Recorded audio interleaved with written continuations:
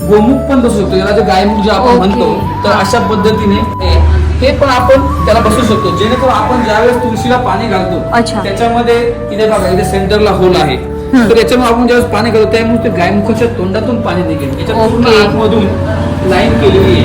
अच्छा, तर इथून पाणी घातल्यानंतर या नदीच्या तोंडावर थोडंसं टिप टिप टिप टिप पाणी आपलं कायम पडत राहणार. आणि आपल्याला रेग्युलर हवे असेल तर रेग्युलर, विदाऊट गायमुख लागत असेल तरी सुद्धा आपल्याकडे मिळून जाते. म्हणजे जसं आपल्याला ग्राहकाची डिमांड असेल त्या पद्धतीने आपण ते बनवून देतात. छोटे आहे, त्यानंतर ही आहे, साधारणतः 10 इंची बाय 10 इंची साधारणतः असा 3.5 म्हणजे हे पार्ट सगळे सेपरेट होतात.